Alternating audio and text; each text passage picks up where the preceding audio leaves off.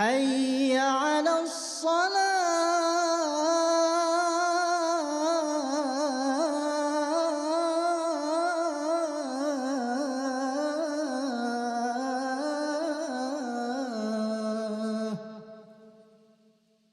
حي على الفلاح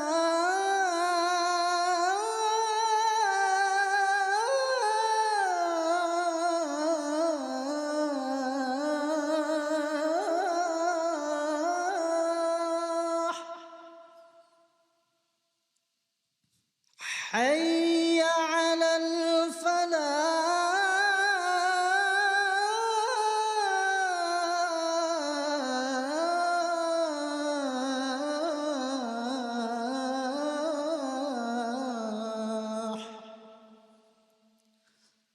الله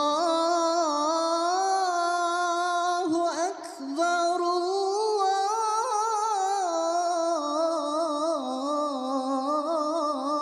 الله أكبر لا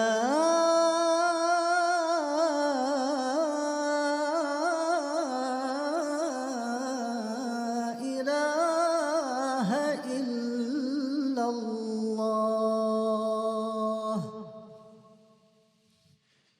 ضياء الدين.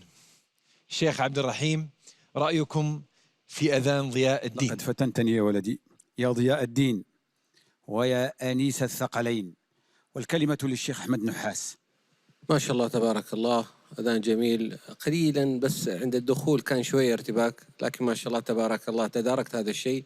الله أكبر الأولى زدت قليلا في الهمزة، ما شاء الله تداركتها في الأخير. أذان جميل، اخترت المقام الذي يريح حنجرتك وأديته بطريقة جميلة. كان التأثير واضح في لجنة التحكيم. ما شاء الله تبارك الله، لا أريد أن أزيد، فبارك الله فيك. الشيخ مشاري. يا شيخ ضياء، صوتك صوت من القلب.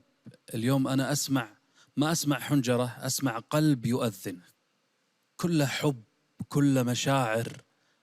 عززت لنا يعني معنى علاقة الحب بين الأذان وبيننا وبين الصلاة، وهذا أمر يعني نفتقر إليه. واجعل صوتك دائما من القلب، لا تدخل التكنيك أو العقل في هذا الصوت. لما فكرت أنك تقفز في العوالي خانك الصوت. في البدايات أرى يعني أنك تحقق